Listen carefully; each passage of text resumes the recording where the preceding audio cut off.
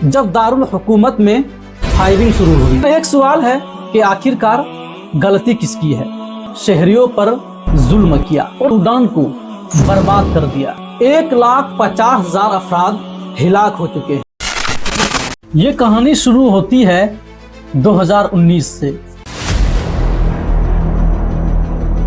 जब अफ्रीका के एक मुल्क सूडान में लोग सड़कों पर उतर आए और आवाम चीख रही थी, हम इंसाफ चाहते हैं, रोजगार चाहते हैं।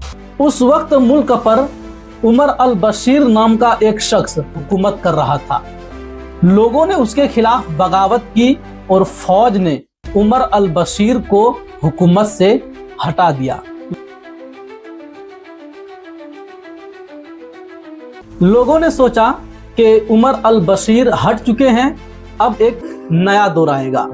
उसी वक्त फौज के सरबराह अल बुरहान ने कहा कि हम हुकूमत को कुछ वक्त के लिए संभालते हैं, उसके बाद सिविलियन हुकूमत के हवाले कर देंगे। लेकिन इक़्तिदार का मजा जल्द ही हवस में बदल गया। अक्टूबर 2021 में एक नया वाकया सामने आया। फौज के सरबराह ने सिविलियन हुकूमत को बरतरफ कर दिया और अवाम एक बार फिर मायूस हो गए। फिर आया 2023, जब सिविलियन हुकूमत दोबारा लाने की बात चली तो फौज के सरबराह अल बुरहान ने इनकार कर दिया और उसी वक्त RSF और फौज के सरबराह अल बुरहान के दरमियान झगड़ा शुरू हो गया। 15 अप्रैल 2023 जब दारुल हुकूमत में फायरिंग शुरू हुई, टैंक सड़कों पर आ गए और जहाजों से बम गिरने लगे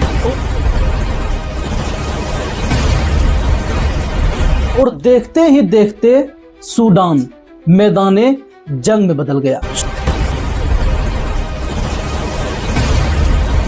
शुरू में दुनिया ने सोचा कि ये जंग कुछ ही दिनों तक चलेगी, लेकिन देखते ही देखते ये जंग आज 1.5 साल से ज्यादा हो गया, लेकिन ये जंग रुकने का नाम नहीं ले रही है। हजारों लोग मारे जा चुके हैं, लाखों अपने घर छोड़ने पर मजबूर हैं, बच्चे भूख और खौफ में जिंदगी गुजार रहे हैं और शहर मलबे का ढेर बन चुका है। लेकिन एक सवाल है कि आखिरकार गलती किसकी है। तो हम यही कहेंगे कि गलती दोनों की है, RSF की भी है और SAF की भी है।